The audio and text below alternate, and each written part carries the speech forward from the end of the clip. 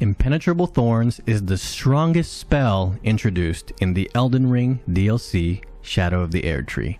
It does decent damage, costs HP and mana, so you can pretty much spam it all you like.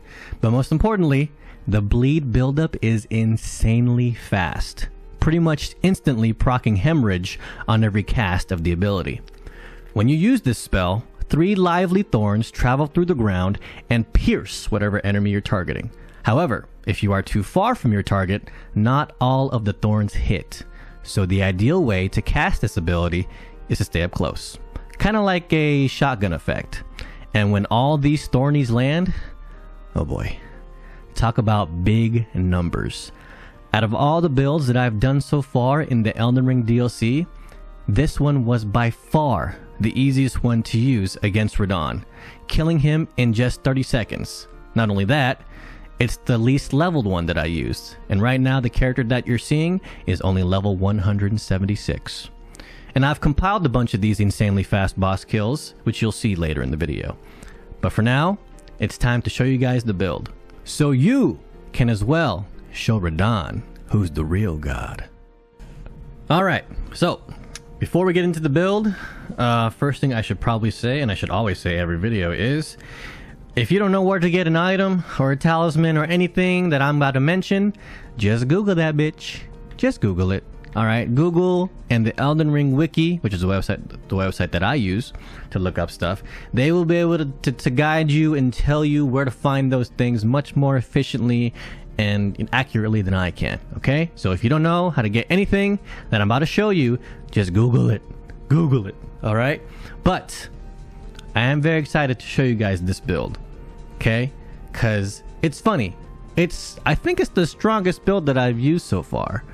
It was really able to kill Radahn within 30 seconds.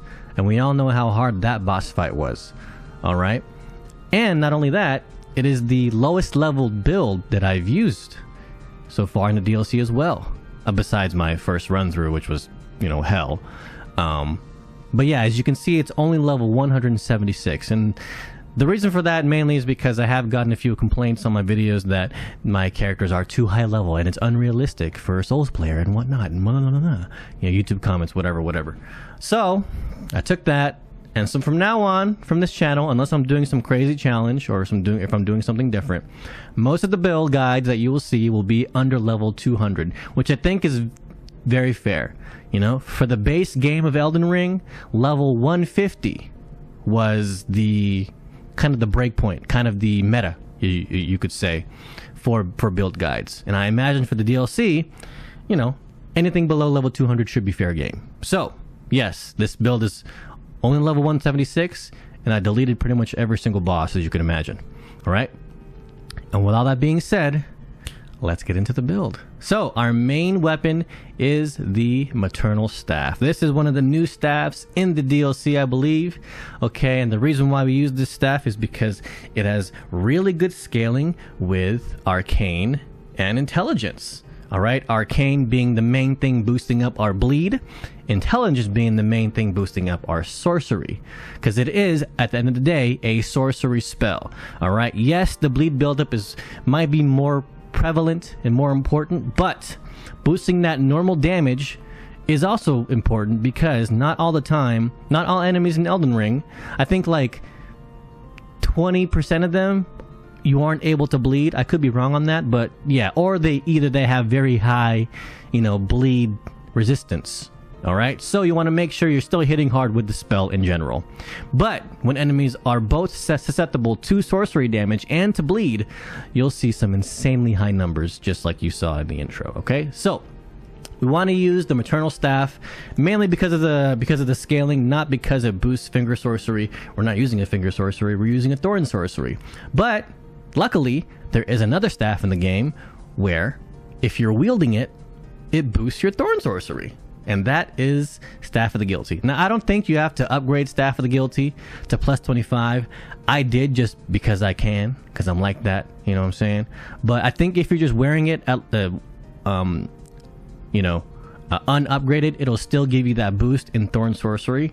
So yeah, you want to make sure this is in your offhand. If you want to go forward for a more defensive approach, sure, put on a shield, but for me, I am a offensive minded player, so I will always look for the offensive option, and Staff of the Guilty will boost our Impenetrable Thorns damage just by a little bit. Okay, and of course for the offhands, we're wearing the short sword. This weapon can be any weapon, any lightweight weapon. We just want to put seppuku on here to get our buffs from our white mask and our Lord of Blood's exaltation before the fight. But yeah, just put anything here and have seppuku on it. The bleed infusion doesn't matter. I just put it in there to fit the theme of the build. And of course, our secondary offhand is our finger seal, so we'll be able to cast our Golden Vow incantation. All right. So those are the weapons. Maternal Staff. On our main hand, this is your main cast. Make sure you're casting Impenetrable Thorns with this and not the Staff of the Guilty. All right, make sure you're casting it with this, because this is the one scaling off of your main stats. All right. So for our armor, the white mask. If you're playing a bleed build, you're using the white mask because it gives you a boost every time blood loss occurs. And because we're doing our seppuku ritual before the fight. And during the fight, we bleed them. This will always be active pretty much throughout the whole fight. All right? But unlike my other builds, who normally use the Rakshasa set, I have found that the Alberic's robe and the Alberic's bracers, but for some reason not the boots. It's kind of weird. But these boost Thorn sorceries, as it says in its description. Okay, and I think that number is definitely bigger than the 2% increase that you get from the Rakshasa set. I think it's about like 5%, something like that.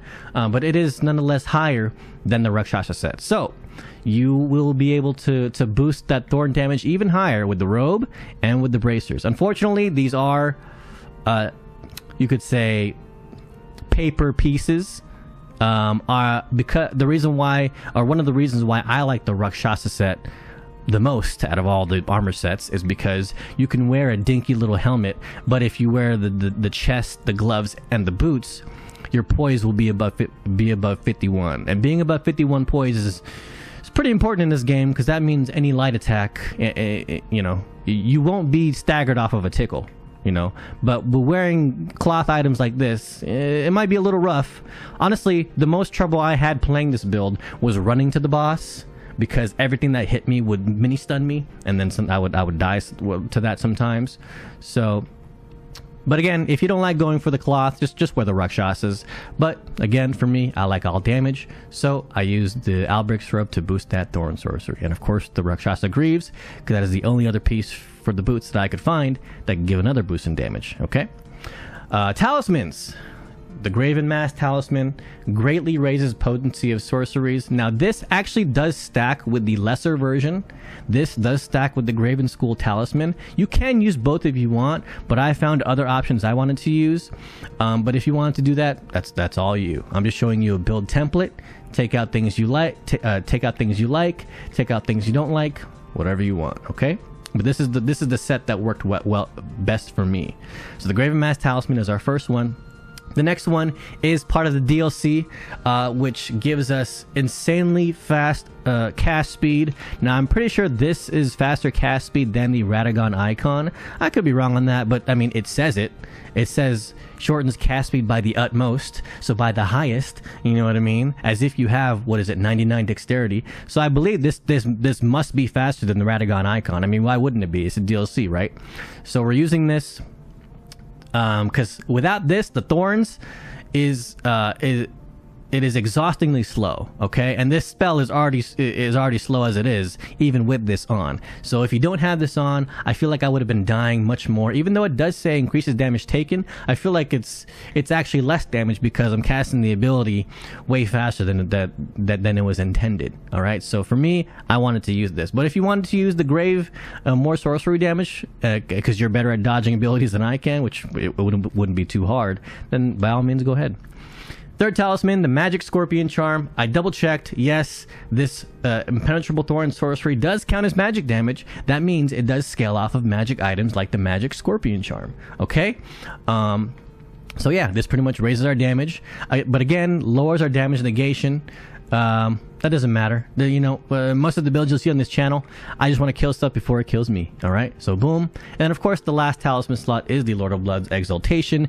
If you're running any type of bleed build, you're running this talisman because it increases your attack power. And because we're casting seppuku before the fight, and because it's so easy to hemorrhage or to bleed build up enemies with our Thorn sorcery, this and the white mask will pretty much always be active during your fights. Okay. Next, we'll go on to the physic. Let's go ahead and show the physic here. Let's do it this way. I like doing it this way.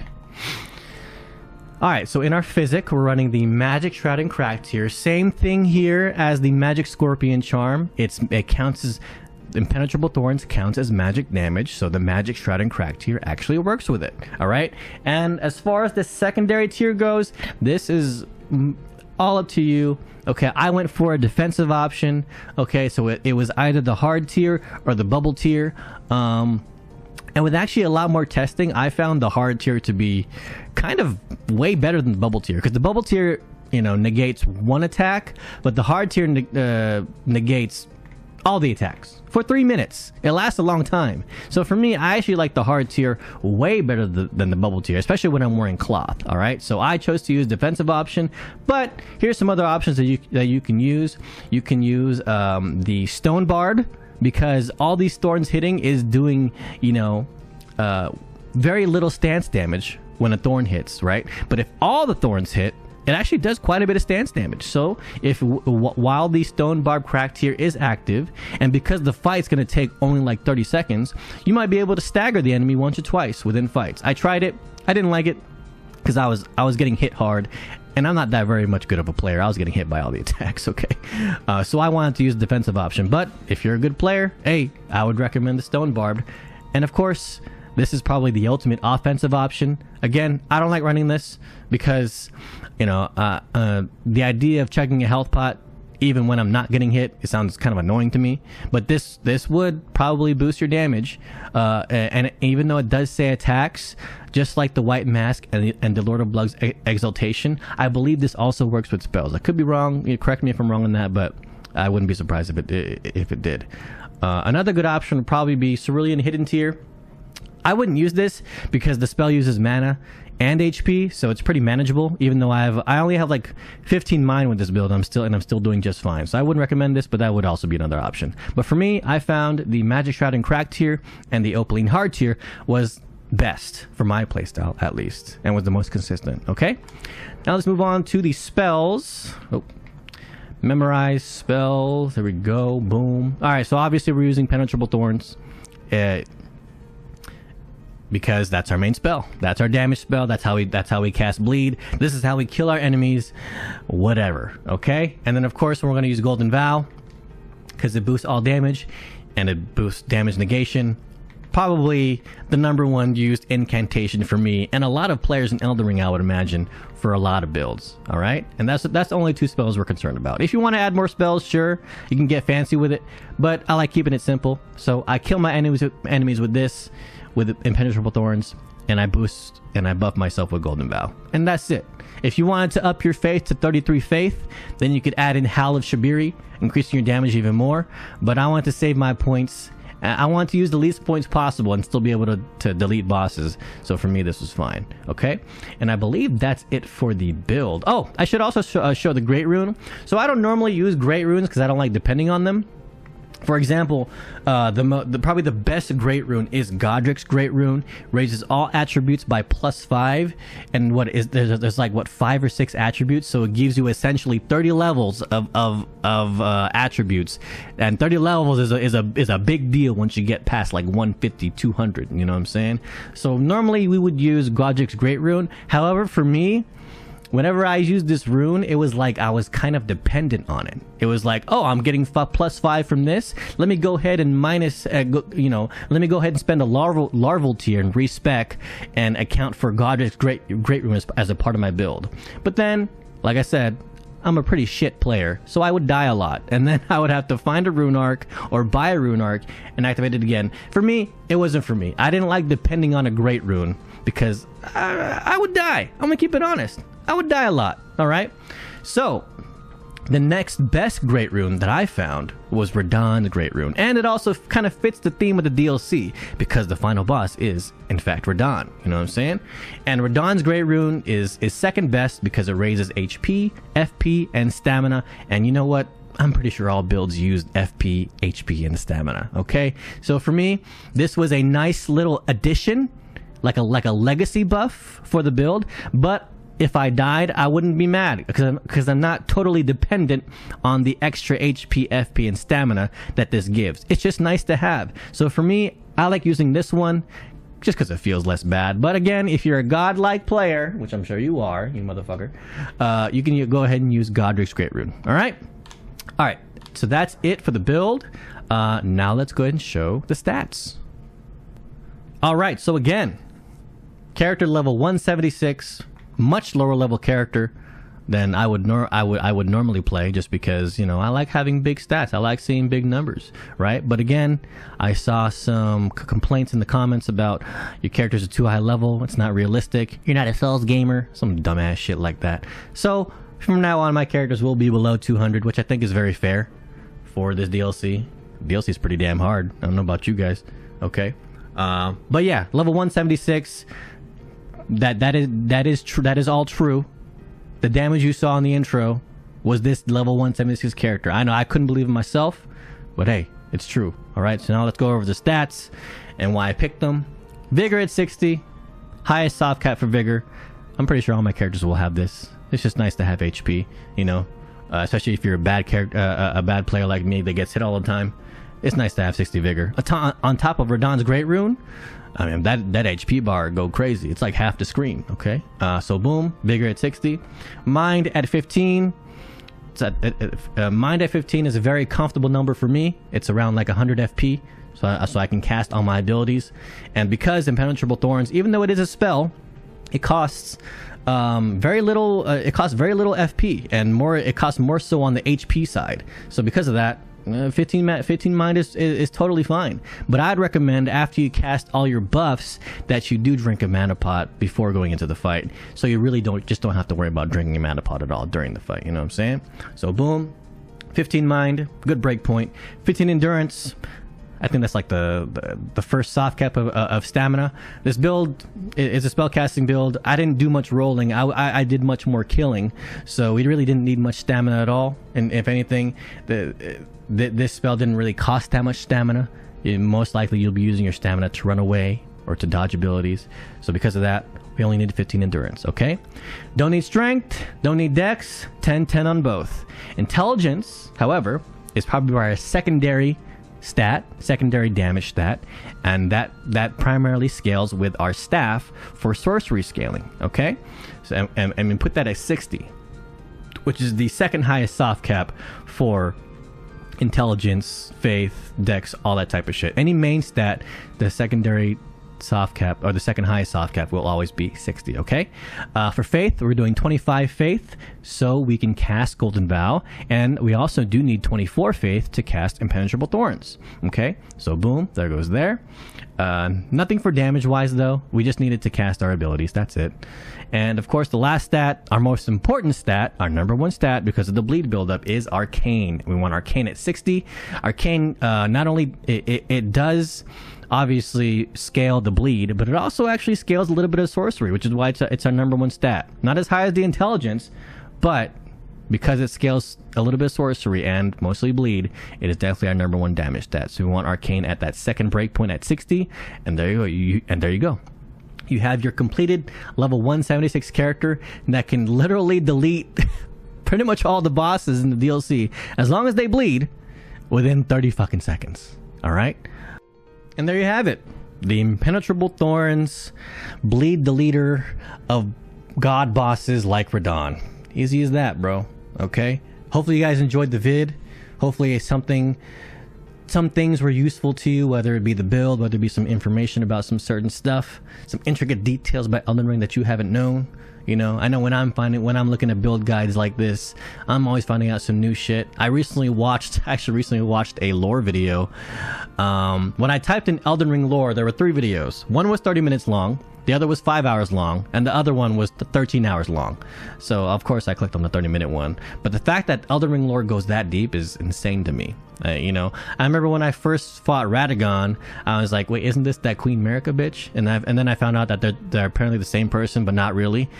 It's really confusing. If you haven't looked into the Elden Ring lore, I recommend just delving into it just a little bit, and let me know if you understand it, because I definitely don't. Okay, but in any case, these are fun for me. I got another build planned. So the next build that I have planned is a Claws of Night build. Okay, I realize I've been doing a lot of bleed builds just because I mean let's be honest here. Bleed is king. If something can bleed, it's you can do a lot of fucking damage in this game. Okay, and it's very easy to stack that bleed with a bunch of other damage types. You know what I'm saying? But we're gonna take a little break from the bleed, and then next I'm gonna do a Claws of Night build. And that build, even though it doesn't bleed, it actually, I think the Claws of Night does bleed as a passive, but we're not going to use that for the main damage source. But even though it doesn't really bleed, it still does a shit ton of damage, and I'm very excited to be able to showcase that build.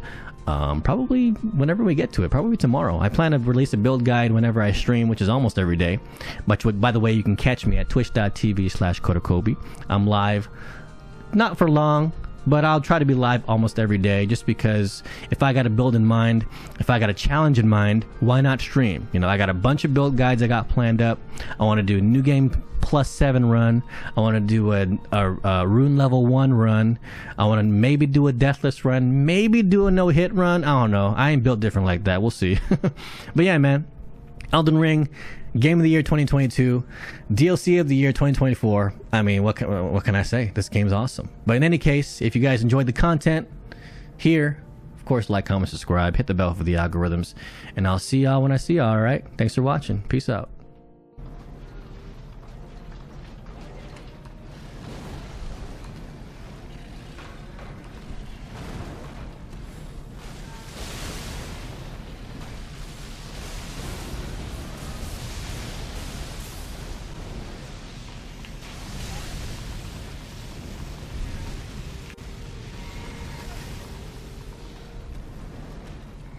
Dead. Easy.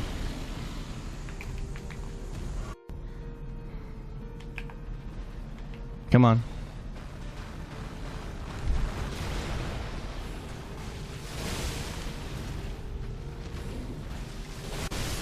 Oh my god, we just two-shot it. Alright.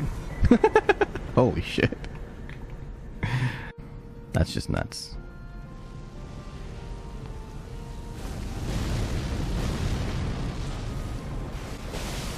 20,000 damage, bro.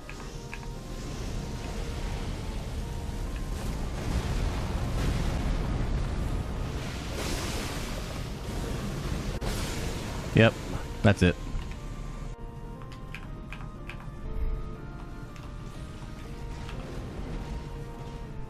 My bitch.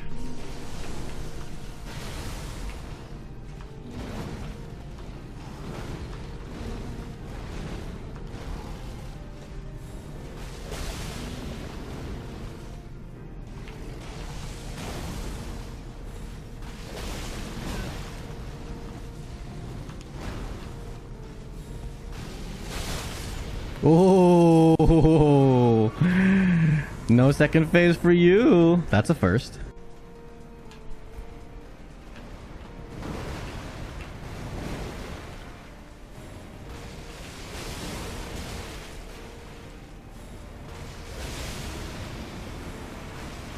GG. Got 30,000 damage? That's not bad, huh? That's light. That's light.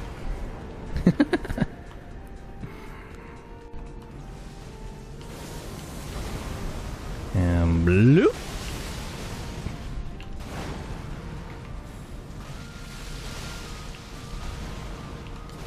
Okay. Should transition here. Boop. Boop. Okay, good.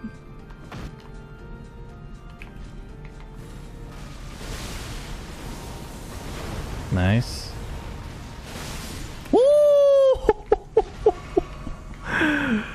That was I think that was a 4-shot Radahn? 5-shot Radahn? Alright, there you go. Level 176. That shit crazy.